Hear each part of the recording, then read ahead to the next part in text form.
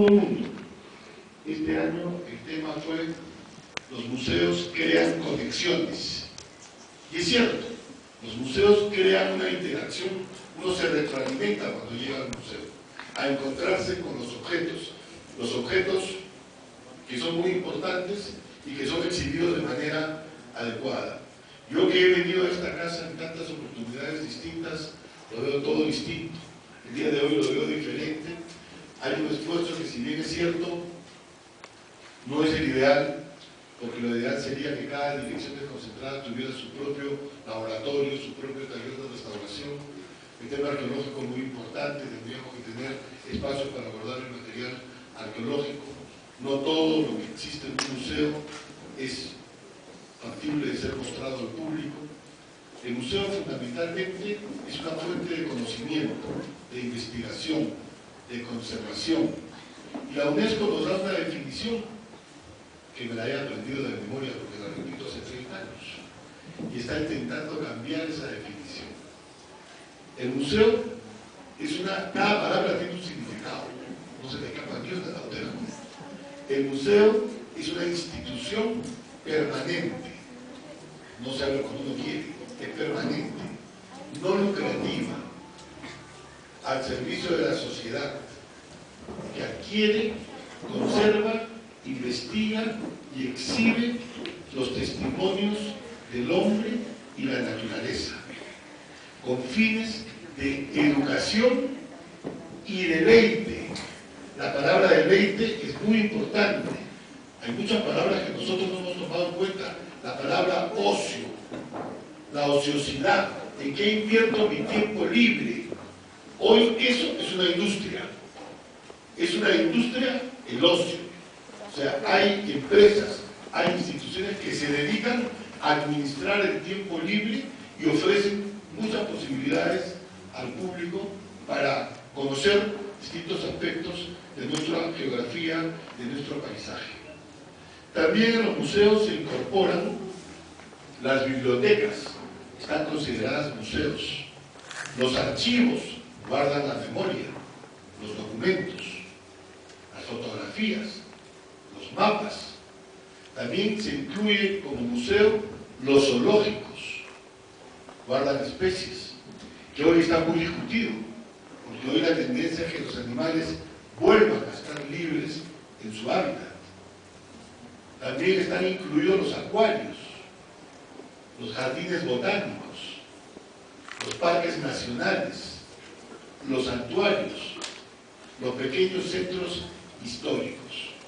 Como ven, la definición del museo se ha transformado tremendamente.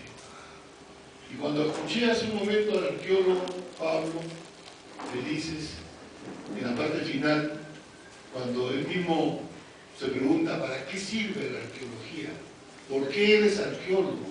¿Por qué hoy ha despertado tanto interés una ciencia social como la arqueología en cientos de peruanos?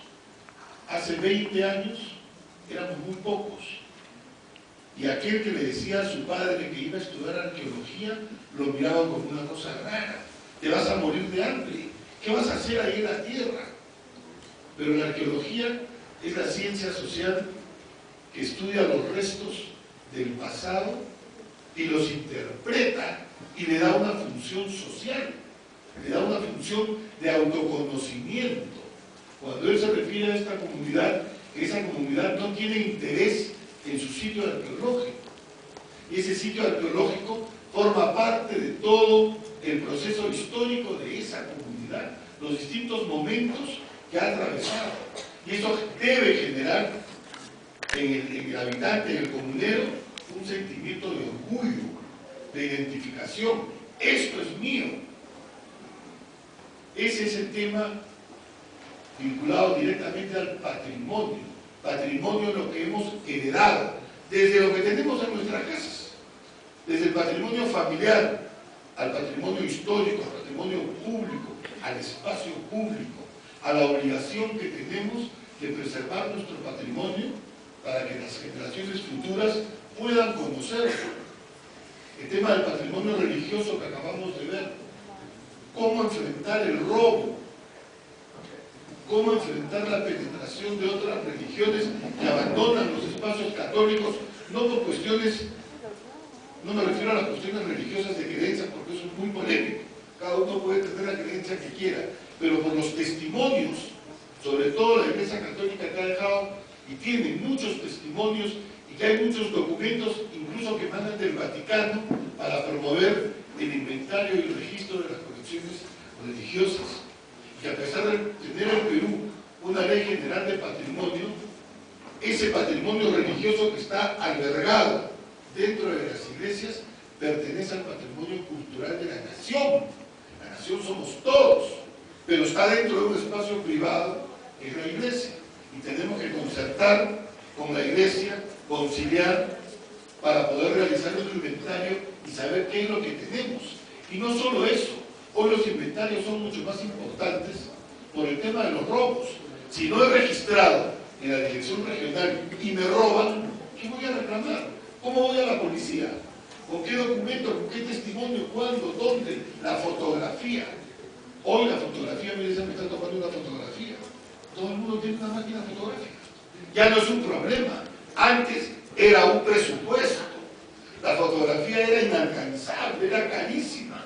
Podríamos inventariar una iglesia, pero hoy no.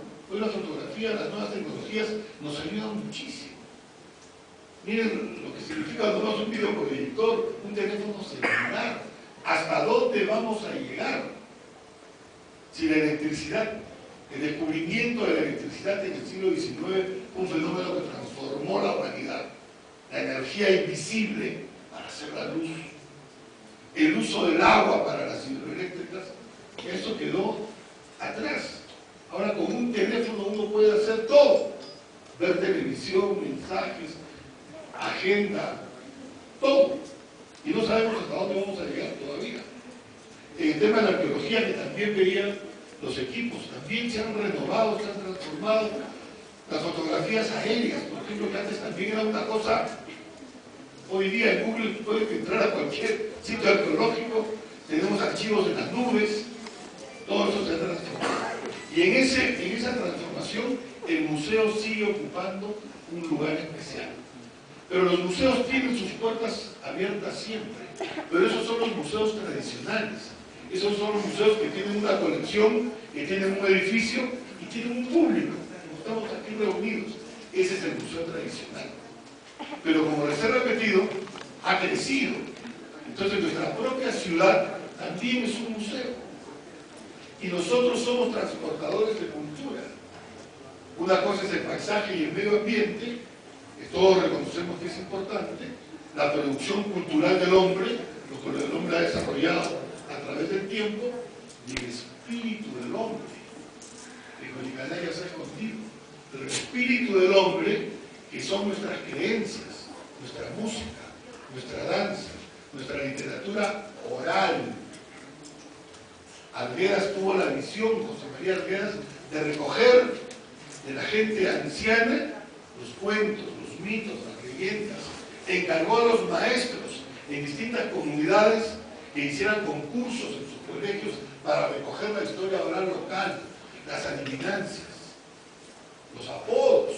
También los apodos forman parte de lo que es nuestra literatura oral, los mitos, las leyendas. Entonces toda esta definición del museo ha crecido mucho y hace 4 años aproximadamente hubo una revolución en el Perú con el tema de los museos, porque el gobierno alemán donó 4.500.000 euros, cantidad que ayer la escuchamos anoche, por eso no pude venir ayer, de la Embajada de Alemania, para el Museo de la Memoria. Y el Perú, en el gobierno anterior, no quiso aceptar la donación, porque el tema de la memoria, en la barbarie que nosotros hemos vivido, y especialmente en comunidades como estas, en Huancavelica, en Ayacucho, hay muchos intereses de no mostrar la verdad, porque hasta el día de hoy no hemos llegado a la reconciliación, no hemos llegado a la reparación. Aquí tenemos un pequeño museo de la memoria en la Plaza de Armas, que ayer no se ha mencionado. Ayer se ha inaugurado el lugar de la memoria en Lima y han invitado a las señoras de Anfacep y Ayacucho, que tienen un museo comunitario administrado por las propias señoras, que son las viudas, las madres de los desaparecidos, las esposas, y que el gobierno del Perú rechazó y le dijo a Alemania que el Perú no necesitaba museos, sino hospitales, escuelas y carreteras. Íbamos a perder esa oportunidad de recibir ese dinero para tratar un tema que es indispensable, porque todos esos jovencitos que están ahí al medio no tienen idea de lo que estoy hablando. Pero pregúntele a sus papás, pregúntele a sus abuelitos. Por eso es importante un espacio físico para mostrar la barbarie, para que no se vuelva a repetir. Entonces, cuando el Perú se negó, desde España, antes del Premio Nobel de Literatura, Mario Vargas Llosa, que tiene sus memorias políticos, en literatura no discutimos, pero él lanzó su voz de protesta desde España, indicándole al gobierno peruano que los museos eran más importantes que las escuelas, y lanzó una definición magistral que el ICOM de UNESCO no ha encontrado y que debería aceptar. Esa definición la voy a compartir con ustedes porque todavía no me la he aprendido de memoria. Ya mi cabeza no es como la de antes. Escribe Mario Vargas Llosa. Por favor, así como les he dicho la definición de UNESCO, quiero que cada uno, y voy a tratar de leerlo lo mejor posible para que entiendan e interpreten lo que dice Vargas Llosa antes del Premio Nobel. Eso significa antes de tener la autoridad universal que tiene el día de hoy. Antes. Los museos son tan necesarios para los países como las escuelas y los hospitales. Ellos educan tanto y a veces más que las aulas, y sobre todo de una manera más sutil, privada y permanente que como lo hacen los maestros. Una cosa es la clase en el aula y otra cosa es ir al museo y confrontarte directamente con la historia, con el objeto. Ellos, los museos, también curan, no los cuerpos, pero sí las mentes de la tiniebla que es la ignorancia, el prejuicio, la superstición y todas las taras que incomunican a los seres humanos entre sí y los entonan y empujan a matarse. Los museos reemplazan la visión pequeñita, provinciana, mezquina, unilateral de campanario de la vida y las cosas por una visión ancha, generosa, plural. Los museos, que es lo que yo creo firmemente, de toda esta definición, yo creo que esto es lo más certero. Los museos, ya lo perdí, afinan la sensibilidad, estimulan la imaginación, refinan los sentimientos y despiertan en las personas un espíritu crítico y autocrítico. El progreso no significa solo muchos colegios, hospitales y carreteras. También, y acaso, sobre todo, esa sabiduría que nos hace capaces de diferenciar lo feo de lo bello, lo inteligente de lo estúpido, lo bueno de lo malo y lo tolerable de lo intolerable, que llamamos cultura. Esa es una definición magistral de lo que es, porque uno llega al museo por propia voluntad. Cuando uno va con el maestro, no es lo mismo. Después, el estudiante, el escolar, regresa al museo y muchas veces regresa con el padre para poder detenerse donde le ha llamado la atención. Y los profesionales de museos tenemos la obligación de presentar un discurso museográfico, una exposición que el visitante pueda interpretar y reconocer En un país como el nuestro, donde todo el territorio nacional es una huaca, donde estemos hay un lugar arqueológico. Esta es una de las 5 civilizaciones más importantes del mundo. Eso nos hace diferentes.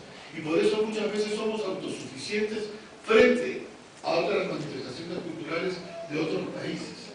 Porque sí tenemos un sentimiento que sabemos que procedemos de una importante civilización y hemos heredado un pasado extraordinario que tenemos que reconocer, valorar, comprender y darle continuidad.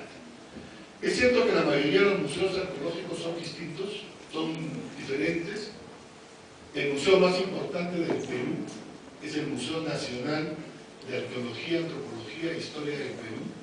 Es el repositorio de material prehispánico americano más importante del mundo. Tiene la mejor colección de textiles del mundo, más de 25.000 textiles, que además los pueden encontrar en internet. Están fotografiados y colgados en la página del Museo Nacional. El tema textil es muy importante en el Perú porque es el hilo conductor de nuestra civilización. O sea, nosotros podemos hacer una historia del Perú si seguimos el tema de la textilería desde el algodón primitivo, nativo, desde las redes de los pescadores hasta la lana de los camellos. Camellos, parientes de los camellos. Estos camellos se llaman camellos sudamericanos. Ya no se dice auqueños, son camellos. Llama, alpaca, vicuña y el guanaco que se está extinguiendo. Entonces, el Museo Nacional es el alma del Perú. Ahí está concentrado absolutamente todo nuestro patrimonio, pero lamentablemente, gran parte de las colecciones que hablamos de 10.000, 40.000, 50.000, 80.000, 100.000, 200.000 piezas que tiene ese museo, imagínense nomás en cerámica, todo lo que puede tener el Museo Nacional. Pero lamentablemente mucho de ese material es un material que no sirve para la investigación porque fue extraído ilícitamente. Mucho material producto de huaqueo, de saqueo, de expoliación. Por eso es importante la arqueología, porque la arqueología nos permite hacer un registro científico, metodológico. Y miren cómo, a pesar de la modernidad de los tiempos, todavía en la arqueología no se ha podido reemplazar, yo no soy arqueólogo, pero es lo que miro, lo que percibo, no se ha podido reemplazar el dibujo. Y sigue siendo, aquí de la foto, con una cámara maravillosa. El dibujo te da otra información, la relación entre la pieza, el fragmento y el dibujo a mano. O sea, la arqueología es muy importante y creo que también los arqueólogos tienen que hacer una mea culpa. Yo recibí la semana pasada 2 visitas importantes, 3 visitas importantes en Lima, en el Museo de Artes y Tradiciones Populares del Instituto Riobredo donde trabaja. Una fue una señora investigadora para una investigación muy importante en Boston sobre museos que está haciendo de América Latina, Peggy, y vino a contactar conmigo para preguntarme en qué museo se ve reflejado el peruano. Y me dijo, he ido al Museo Nacional de Arqueología y siento que ahí no están reflejados. El visitante peruano que ingresa no se siente reflejado. Otra visita importante que recibí la semana pasada, el director del Museo de Etnografía de Ginebra, en Suiza, que van a reinaugurar el museo a fines de este mes. Porque ahora hay un gran interés por la etnografía.